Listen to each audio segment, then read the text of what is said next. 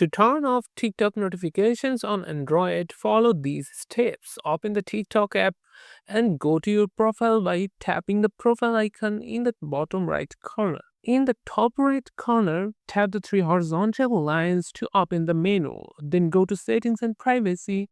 Scroll down and tap on Push Notifications under the Notifications section.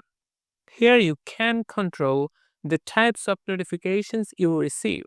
You can toggle off notifications for things like comments, likes, new followers, live videos, and much more. To completely turn off all notifications, you can toggle off the Allow Notifications option at the top.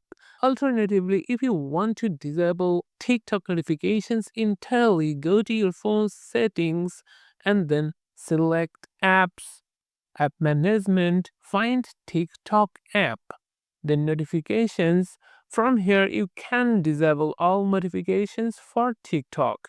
That's it, you have successfully turned off TikTok notifications. If you found this video helpful, be sure to like and subscribe for more tips.